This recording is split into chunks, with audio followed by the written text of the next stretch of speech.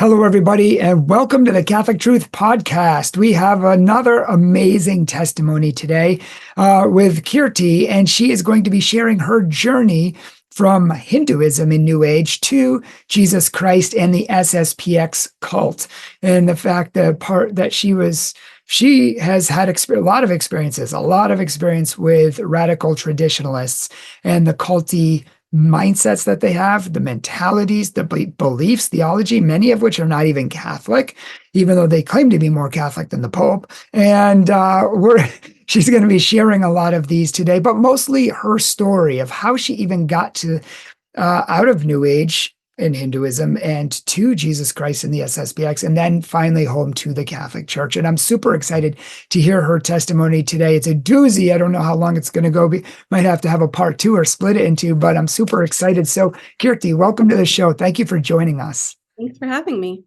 Yes, maybe you could just start at the beginning. I know you got into New Age and Hinduism cult, so you're already familiar with cult-like mentalities and cult-like people. So why don't you start there if you don't mind? Yeah, for sure. So my religious background before I converted was the religion of Sikhism, which is basically an offshoot of Hinduism, started back in the 1500s. So my entire family on both sides are what we call Sikh. However, that religion and Hinduism is pretty closely tied, with the exception of the fact that they don't do like idol worship, like worshiping the statues.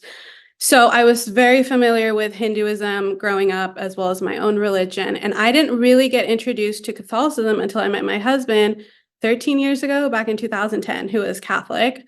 We met in college. And of course, I knew Catholics like in school. You know what it is. My mom actually attended a Catholic school back in India. So she's familiar and I'm familiar. And I never even considered the conversion process. I was very young and very naive, and I just wanted like world peace between religions.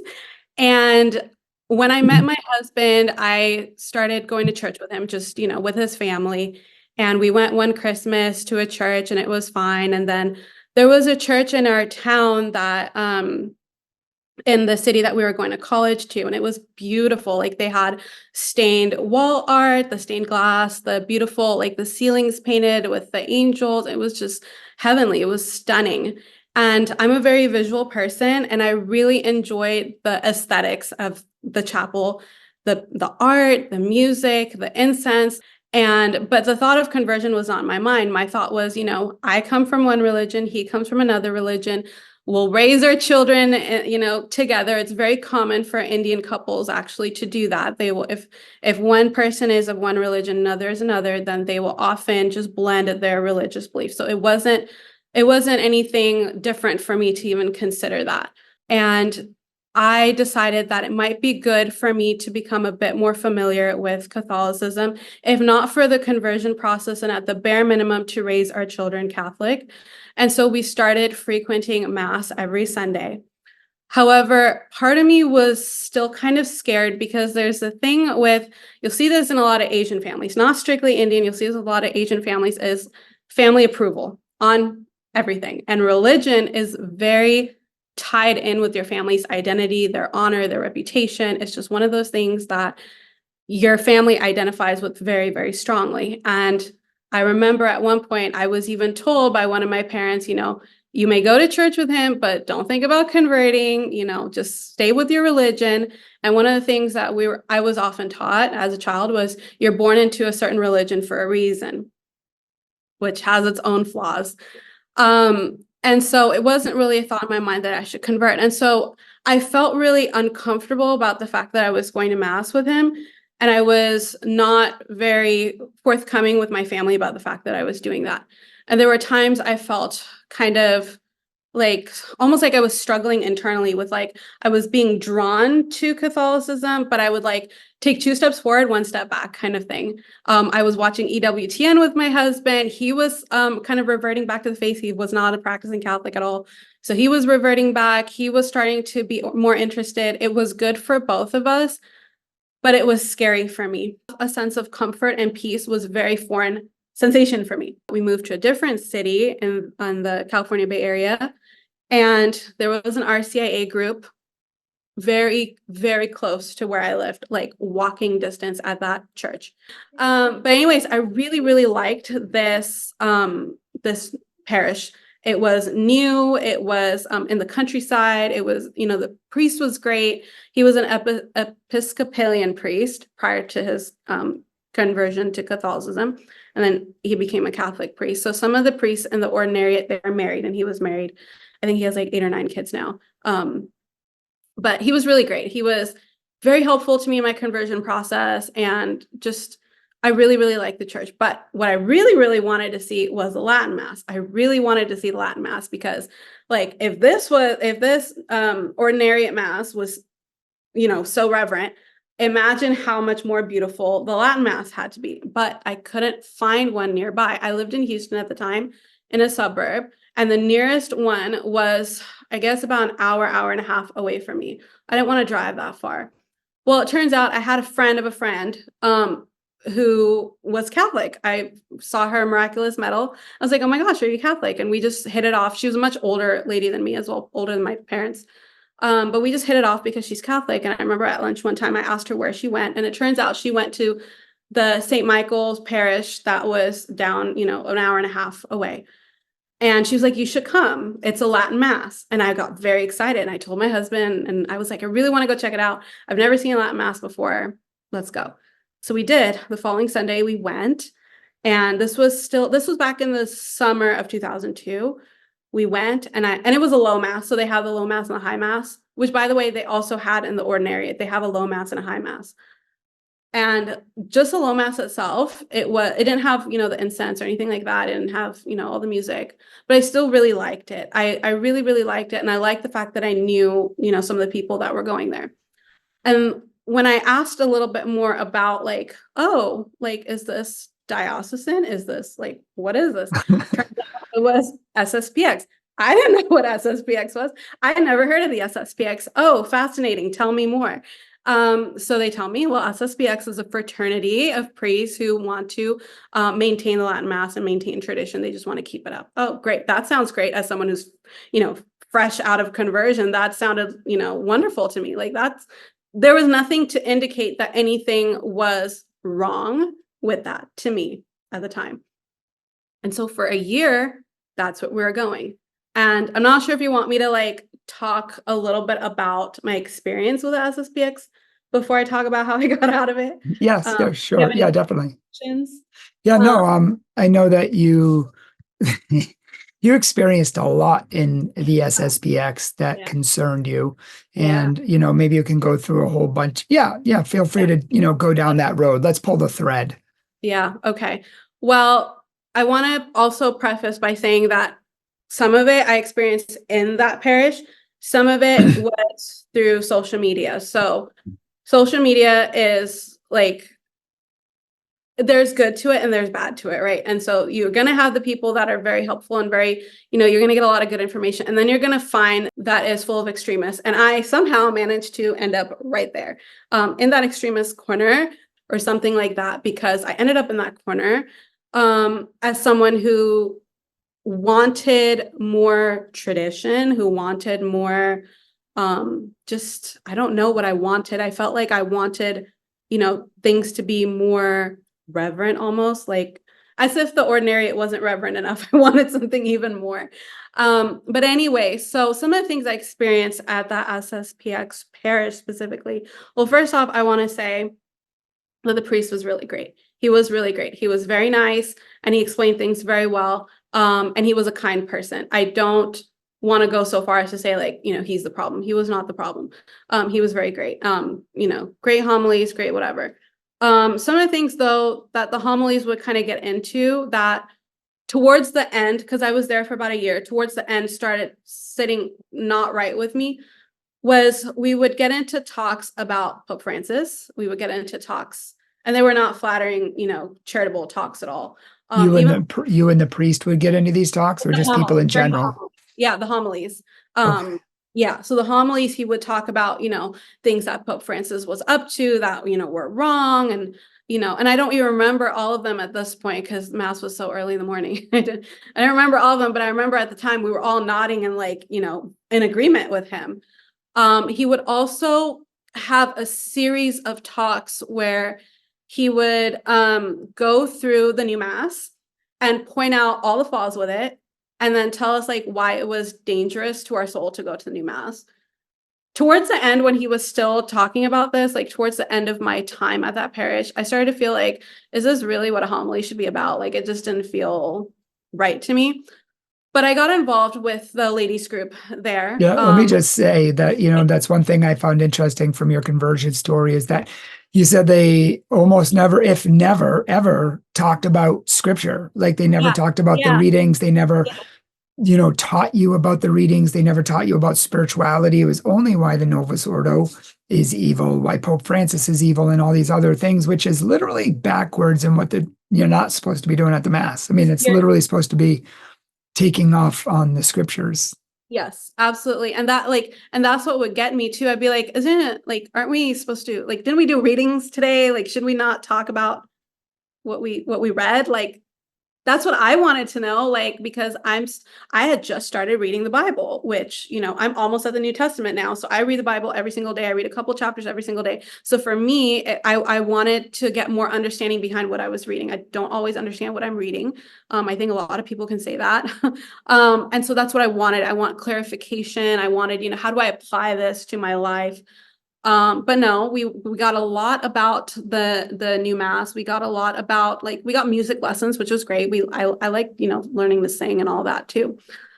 And it was funny. I actually asked him, because, I was very new at all of this. I was new at everything. And I asked him one time, we were at dinner. He came over to that friend's house and I was there. And I asked him, I said, so what should I do, Father, if I'm at, let's say I'm traveling or I move somewhere where there's no Latin mass around? Like, what should I do? Can I go to a Novus Ordo? Is that okay? And he's like, it's better for you to stay home if there's no Latin mass. And in my head, I was like, but don't we have Sunday obligation, to go to mass? Is it not Mortal better? sin.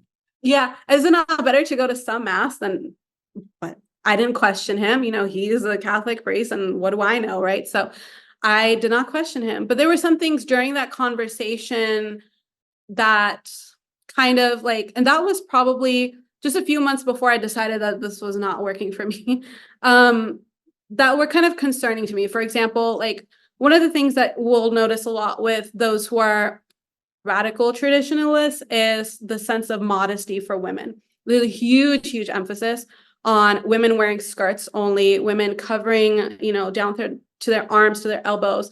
And this is, they call it Mary-like modesty, is to imitate the Blessed Virgin Mary, even down to the way that she looks. And in some sections of traditional Catholicism, really, really traditional, I mean, some of the girls veil full time.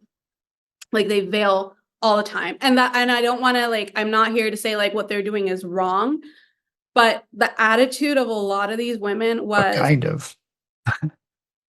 I will say the attitude was not imitating the Blessed Virgin Mary. It was very holier than thou. This is how you have to dress. I even asked the priest at that dinner, I said, so what's the deal with skirts and women? Because I was still kind of wearing pants at the time, but I was starting to wear more dresses because I was getting influenced by these people, these women. And he told me, he was like, it's better for women to wear pants only when necessary, for a job, and for you to cover your arms and, do the whole thing. But interestingly, when I asked him about veiling, he told me that veiling, was not required. Veiling was a devotion, but wearing a skirt to mass was required. I don't understand the theory behind that. I would think if it was me, I would think that veiling would have been more important than whether or not you wore a skirt, but that's just me. And I prefer generally to wear dresses to mass because it's the day out of the week that I can wear a dress. That was really the only reason, but I was becoming very influenced by these girls that were your dresses should cover down to your ankles and you should, have your wrists covered. It was very almost Amish, or I feel like the Amish might be a little bit better, but fundamentalism, fundamental Protestants who do this, I felt like there was so much similarity between it, but I was eating it all up. I was literally eating it all up. Yeah, it sounds like just the way that people thought and talked in general. I know you had said you had got into Mrs. Gordon's book. You had read her book on modesty. Maybe you can talk, or just about women. I will tell you, I didn't read a ton of it because I skimmed through it. Because it was crazy. It's called Ask Your Husband. That tells you everything you need to know about the book. It was written by Timothy Gordon's wife. It was written, and I really want to say it was written by Timothy Gordon through his wife. How I would like I to wouldn't say. be surprised. Yeah. Yeah. And I was, you know what? I was watching a lot of Timothy Gordon's content. I was into kind of I would call it the Catholic red pill side of the internet. I was into the whole, yeah, like the men should be ruling over the women. We are, inferior to men. I bought into it because I guess it's the reaction to the feminist movement. Like there's no sense of balance here, right? That there could be something in the middle. It has to be, if you don't like feminism, then you need to like the opposite of feminism, which is, hating women almost is what I kind of felt like it was. But her book, one of the lines where I had to just kind of shut the book was she was basically talking about that a woman should like to, and I'm paraphrasing here, so please don't take this as exact word for word, but the paraphrase was that women should enjoy being at home, and if she needs to go out of the house, she should ask her husband to leave the house. So you can't even leave your house unless you ask your husband. You can't leave your house. Yeah. So you can't basically do anything unless you ask your husband first. It's like a child-parent relationship, it seems like. It really is. It really is. And there are a lot of things, and talking to, when I brought it up to some of these women, and especially one of the ladies who was my friend, and I kind of talked to her about these concerns. And a lot of these women, they don't drive. They have licenses, but they just don't drive. I started to feel like, am I living my whole marriage wrong? Is he not the head of the family? Am I not respecting him we have a great relationship. We've been together 13 years. So, but I was questioning it. Her book, Ask Your Husband, I would say it was Timothy Gordon's words coming through his wife's mouth.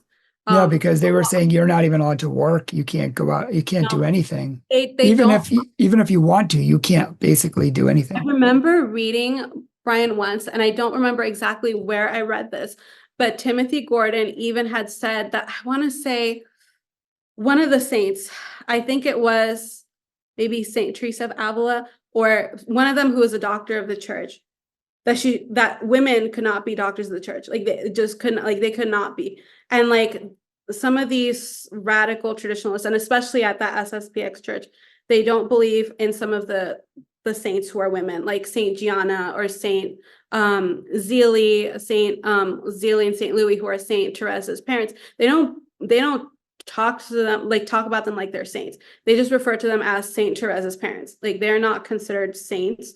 They are not considered and the reason for that I specifically asked, and I asked one of the ladies, I said, why isn't Saint Gianna considered a saint? Because the church says she's a saint, so she must be, right? And I loved her name. They said that it's because she worked outside the home.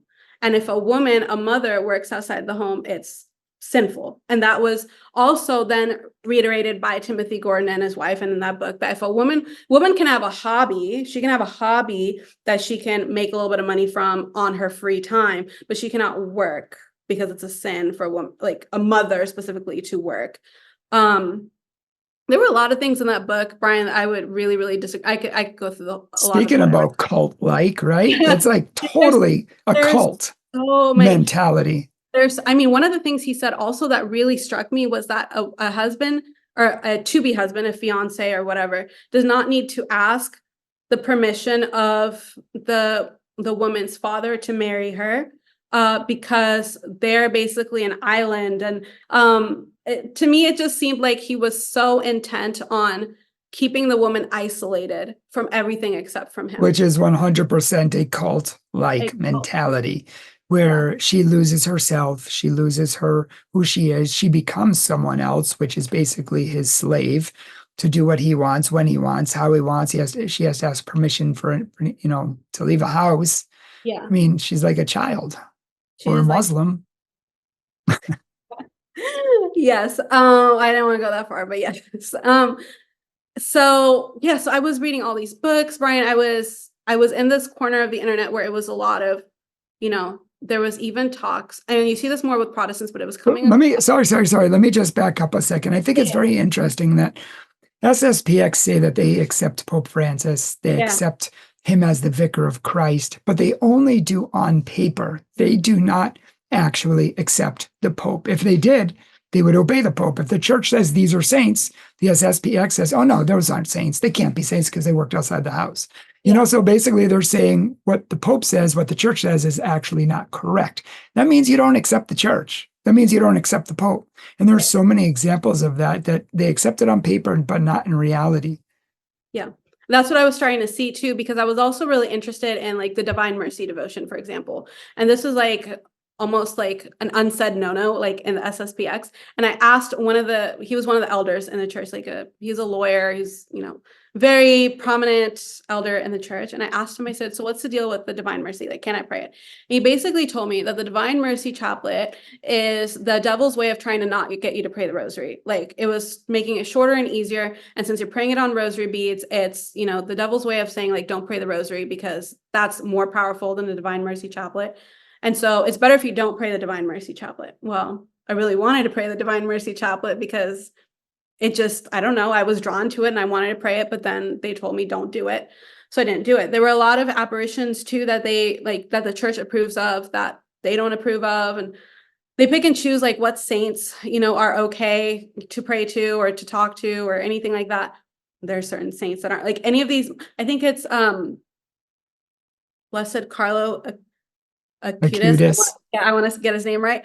There is no way they're gonna accept him as a saint. There's absolutely no way. Like a saint who wore jeans and played video games. Are you kidding me? That's just it's not gonna happen. I think the most modern saint that they accepted was Saint Padre Pio.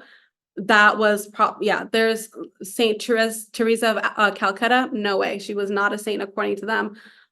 So many. Yeah, that just shows me that they're their own church, not the Catholic Church, because if they were the Catholic Church, they would obey the Catholic Church.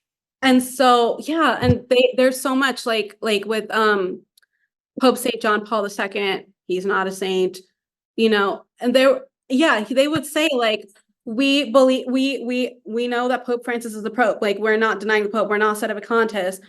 But yet there's all these negative things coming out, like that they're twisting the news the way that the mainstream media twists the news. Mm-hmm. They're buying those mainstream media talking about, I would think as Catholics, we would defend our Pope, right? Like we would try to really figure out actually what's going on and not just like, oh my gosh, look at this article that says he's blessing homosexual unions. And we're just because it's a very convenient narrative for them. So within the SSPX, and you'll find a lot of radical traditionalists who will be in the SSPX. Not all of them.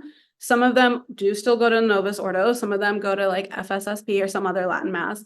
One of the things is, I guess you could say, what really started making me think that something is not right, and it was becoming kind of cultish, you could say, was around November of 2023, October, November. I was in the hospital for like a variety of health issues that I've had over the past couple of years. And I had been a stay-at-home wife. We don't have children yet. I'd been a stay-at-home wife for about 2 years, put a lot of burden on my husband because of what these people were telling me about, like I could not be a good wife and I would, be sinning against my husband if I went to work. And I had a very successful real estate business that I was doing, but I quit it because I wanted to be a good wife and I wanted to be a godly woman. And I thought that if I left and I let my husband be the provider, that I would be a much better person for it. But it put a lot of strain on my husband. And I was sitting in the hospital one time and I was literally praying. And this hospital, it was like an urgent care hospital, but it was a Christian and they like a hospital, and they had like Bible verses in every room. And the doctor who was working on me, she was Catholic. She was like from Nigeria. So that was cool. I saw her miraculous medal. And I remember thinking the TV was broken there and I was getting like an infusion of something. And I was sitting there and I was praying and I was like, God, like, I have to do something. I have to do something. Like, I hate to use the word work, but I need to do something with like the suffering that I've been going through for the past 2 years with my health. Like, there's a reason you're putting me through this. What am I going to do? Like, so I thought about it for a little while, and I came across a friend of mine who was, me and her were talking about different, coursework she was taking. And she said, oh, I'm saving up for this the school in Florida. And I looked into the school, and it's a chiropractic school. And I was like, well, I love going to my chiropractor because I had so many, structural issues, scoliosis and so forth. So it was very, very helpful for me to go to a chiropractor. And I got a little nosy and I said, I wonder how long it takes to become a chiropractor. Turns out it doesn't take as long as I thought. And since I had a science background, it would be much easier for me. But it got to a point where I was still feeling guilty. Like, what if I do this, I won't be a good wife anymore? What if I become a doctor and I'm not a good wife anymore? Like, what if I can't be a saint and I can't go to heaven again? And so I started asking that women's group, and they basically were discouraging me from doing this. Even though I felt this pull, I felt like the Holy Spirit was like telling me, like, you're going to do this. Because why, Bryan? All the doors were opening up so fast, I couldn't tell you. And I know in my life that when God has wanted something for me, if it was moving to a different state, if it was a different job, whatever, he opened the doors so fast. There was no way, realistically, that I should have been admitted to the school as quick as I did, like within weeks. And for me to get admitted, for me to find it not too difficult to get an apartment, for my husband not too difficult to find work there. We're in Atlanta, Georgia, so it's all the pieces just fell into place. Everything fell into place so well. It was hard not to see God's hand in it. And I knew that there was suffering always happens for a reason. And I could sit there and I could cry, or I can work through it, offer it up, and say, now, what am I going to do with this pain? What am I going to do with the knowledge I'm getting from my health issues, for example? And when I talked to this women's group, they were discouraging me, trust your husband. I had someone tell me, if you even earn a penny on your own, it means you don't trust your husband. Well, I'm not exactly doing this for the money. Do you know how much student loans I'm taking out right now? I'm not doing this for the money. I'm doing this because I want to help people, like, who are going through the things I'm going to. My husband and I have been dealing with infertility for 8 years. They ever ask the question of, like, what if it's okay with the husband? What if he doesn't think it's not trusting him? Right. That's the thing. And I never seemed to grasp why my marriage was anyone else's business.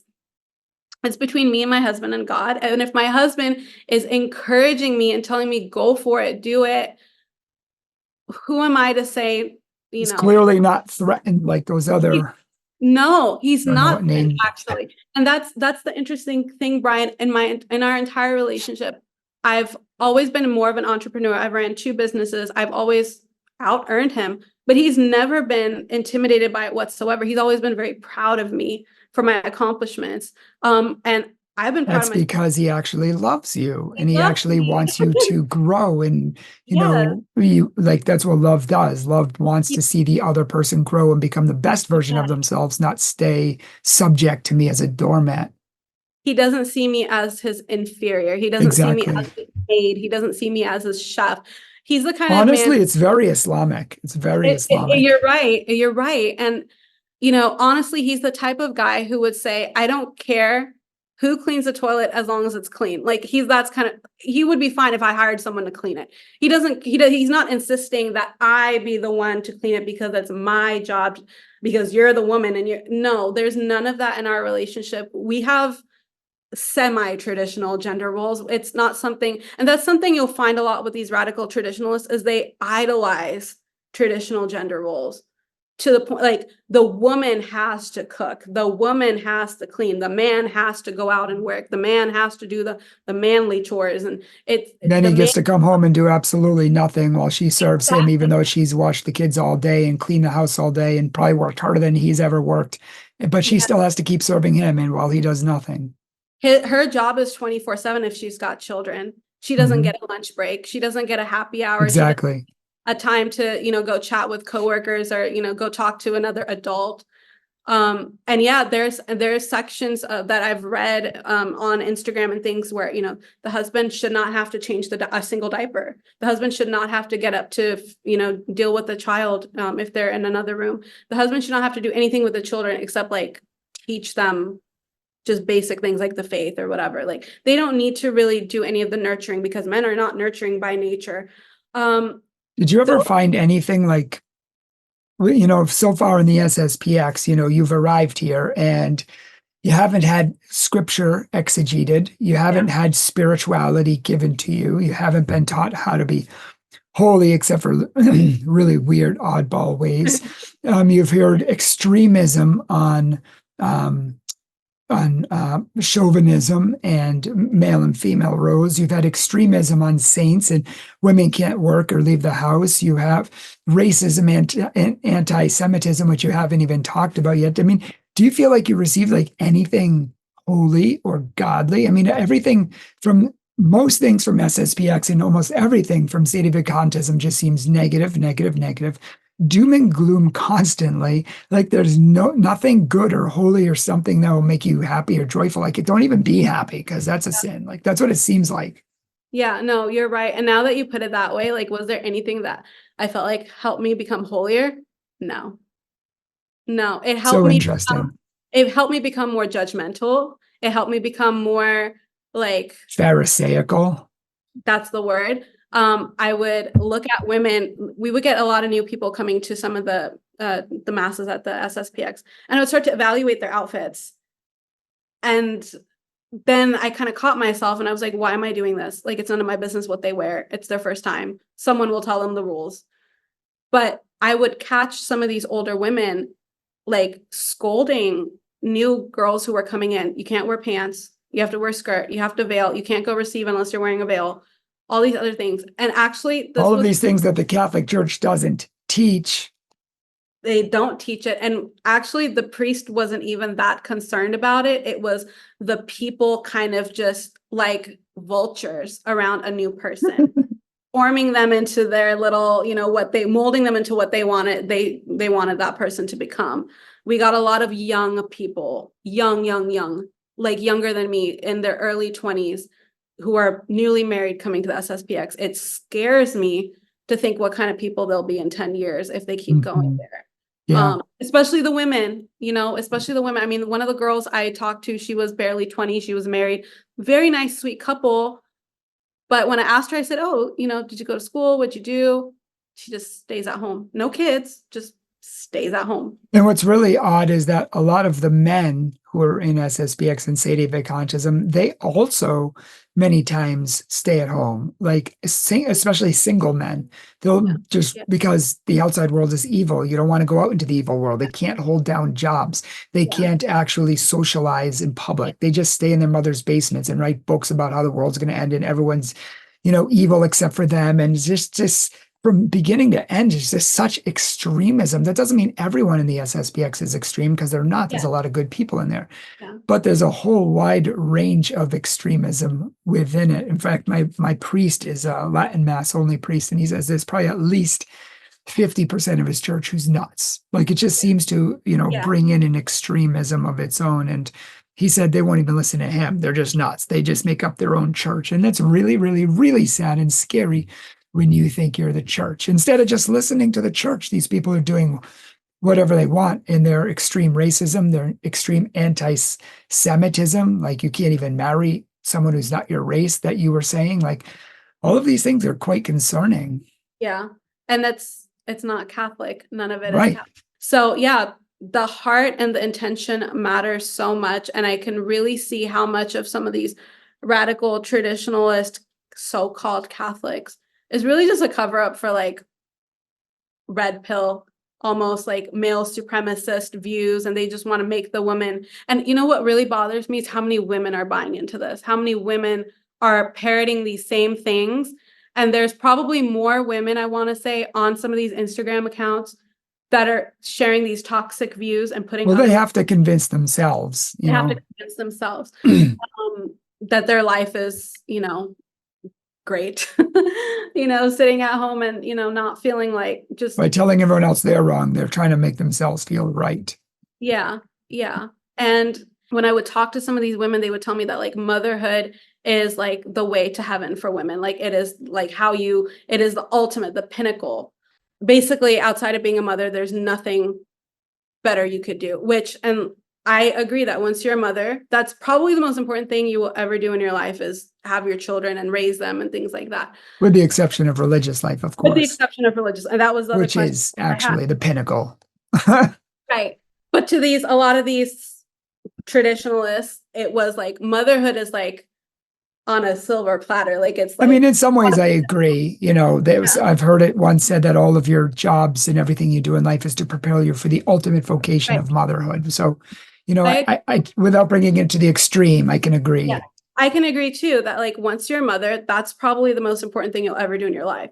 But there's a lot of women like myself and like my friend who haven't been blessed with children. What is our most important work? Exactly. How do we glorify God? What if we know, are we going to play a waiting game and just sit around and like twiddle our thumbs waiting until we get pregnant? Or are we going to do something to offer something to the world, essentially, which is the course that I'm taking? I decided I didn't want to sit around and cry and wait and be sad anymore. That if God gives me children, I will be so happy. And if God doesn't give me children, I will be equally happy, because my work, the work of my hands, has to glorify God. Whatever that thing is that he's given me, whatever path he's opened, whether it's being a doctor or being, a mother, I have to use that to sanctify myself. And it's not so much that the work itself is what's going to bring you to heaven. It's the person that you become through that. And this is something I talk to my husband about all the time. Like, it's not like a doctor, because they're a doctor, is a holier person. It's the person that they are because they're a doctor. It's being a mother itself doesn't automatically, being a trad wife, this term that's thrown around all the time, isn't going to send you to heaven. You Exactly. don't get a free ticket to heaven because you sit at home and bake sourdough bread for your kids. It's the person you are as a result of being a mother and being a wife, right? So if I'm a much better person, I'm a kinder, more charitable person by going out into the world and offering my services and my gifts, would that not be just as appealing or just as glorifying to God than someone who raises her children and does the very best that she can to raise, good, godly children? I think that we shouldn't like treat motherhood like it's the end all be all for every single woman. But that was the message that is really spread in these radical groups in the SSPX. I mean, if I think most families in that parish had about 9 to 14 children. And it was kind of this mentality that the more you have, the holier you are. And I love seeing big families. I love children. I love families in general. I come from a pretty big family. My husband comes from a huge family, so I love it.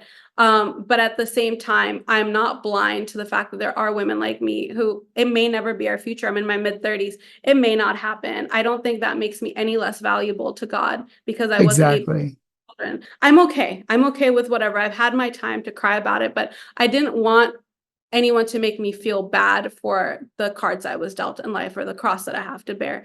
And so when I started listening to what she was telling me, that, your worth is not based on you staying at home and just, popping out children, like that's all you're meant to do. It started I started just realizing like these, this SSPX, all this, like she told me, she's like, they're borderline heretical. Like what they're saying is not right. If they're, and I was starting to feel it, but I wasn't really like, I wasn't sure. I had at that point also started going to a different Latin mass. I found like an FSSP, which I think is fine to go to. That it was further, but I didn't want to keep going somewhere that was potentially putting my soul at risk or like putting me in a position that, I didn't want to be in. Even if my intention was good, I just didn't want to keep going somewhere where I felt like I was someone outside of, my race, and I've defiled the white bloodline, which I've heard that I've gotten so many messages about that. From SSPX people. On Instagram. Oh my gosh, I've gotten so many messages about the fact that I've ruined my husband's bloodline. I mean, forget the fact that he's the one that came after me, not the other way around. So, yeah, I get a lot of that kind of stuff. And there was some anti-Semitic stuff, not so much I would see in the parish itself, but yes, on social media. Oh my goodness, so much just hatred. Yeah, I've seen it a lot too. So much. I can't even get into all of it because I don't know how much YouTube will try to ban And me in from. fact, I don't know if the people have seen this book, but it's called More Catholic Than the Pope, an inside look at extreme traditionalism. So talking about the SSPX, are they a faithful remnant?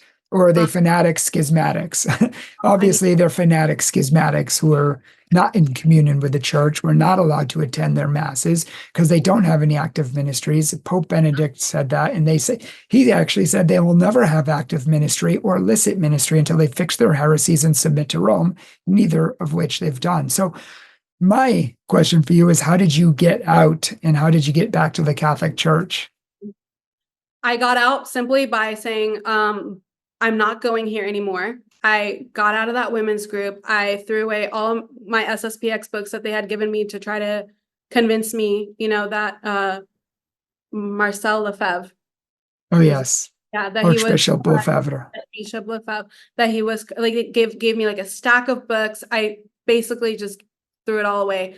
And because this girl, me and her, like we talked for so long and I just poured my heart out to her. And I had this like almost realization that it wasn't the Latin Mass that made me Catholic. It wasn't what drew me in. It wasn't these extremist people that drew me in. It wasn't wearing skirts and veiling that drew me in. It was literally just the everyday average Catholic that I would watch on YouTube, like the Catholic Mom's Wife. She has a great channel on here. I just loved watching her and her family, and she's just a normal person. She's one of the people that drew me in, and there's so many others like her channel. Now I do still go to a traditional Latin Mass because it's convenient for me to go to. There's one close by and I like it. But if that was not my option, I would 100% go to a Novus Ordo. That's fine. I'm not as extremist about it anymore. But I basically just cut ties with it. And I said, I'm not putting myself in a situation where they're going to tell me how to live my life more than God or my husband. They have a say over the decisions I make in my life, not these random people. I felt very small. I felt very small when I was at this parish. I felt very unimportant, as if like I was constantly berating myself for not wearing a skirt that was long enough, not wearing, a skirt that covered or a dress that covered my arms enough, or, not being feminine enough, or not being a good enough wife, or, It's God almost forbid. like scrupulosity 24/7. Yes, it was 24/7. I was constantly in my head, like, oh my gosh, my husband did the dishes, like, like as if it was a sin, or like, oh my gosh, I drove the car today instead of letting him drive. Like, But it it's put not just you, it's like all of them. It's very scrupulous. It was taking a huge toll on my self-esteem, my marriage. It's supposedly they say that a submissive wife who, lets her husband lead and all these things is supposed to strengthen your marriage, but it was doing the opposite. Now, And I have to ask you then, since you've yeah, come into the Catholic Church, do you feel like it's completely different than the cult of the New Age, the cult of SSPX, and all these people who make all these demands on you? Do you feel like freedom, peace, yeah, joy? yeah. I feel way more at peace now than I did a few months ago when I was still there. I feel like I can breathe. Like I don't have this heavy weight on my chest, or like it almost felt like I had Satan in my head, like telling me you're not good enough, you're not good enough, you're not good enough, you're not doing the right thing, you're not, your skirt isn't long enough, you're this, you're that, whatever. Like I constantly have this voice in my head, and now I feel like I can just be myself. I can love Jesus throughout this whole process. I can work on my relationship with him, get close to him, while still, for example, going to school to become a doctor, or, whatever it is. Like I don't have to, I feel like God puts dreams in people's hearts for a reason, and I don't have to dismiss that for the sake of this idealism that I need to sit at home and just, cook and clean all day long. I feel like my relationship is better. I don't need to expect things from my husband because people are telling me that this is how a husband is supposed to be and this is how a wife is supposed to be. I don't have to put these expectations on myself, and I don't have to put these expectations on my husband. Amen. I want to thank you for coming on our show today, and I want to thank you for sharing. We talked for a really long time, and I appreciate everything that you've shared, and I'm happy that you've found peace and freedom and have the freedom now to build a relationship with God without being, having his foot on you 24/7, crushing you, squelching you. I'm really happy to hear all that, and I'm thankful to him for that. Thank you so much for having me. Yeah, say hi to your husband for me. And I'm sure we will be in touch soon. But I want to thank you all too for watching this program. This will probably be split into two parts, I'm guessing, because we chatted for a while, or we'll split into different subsections. But either way, I want to thank you all for watching this video, and please support our ministry below. Summer, still doing our summer fundraising campaign. We need 50 people giving $25 a month, 25 people giving $50 a month, and other people giving more or less if that's what you can afford. But we really need to grow and keep going, because summertime is really, really hard for us, and we struggle financially a lot. So if you can help us out and really become part of our team and help us to keep winning souls and saving lives, we would really appreciate it. And if you want daily inspiration, check us out on Facebook, TikTok, Instagram, Twitter, Pinterest, whatever you want, all down below. Thanks for watching, and God bless.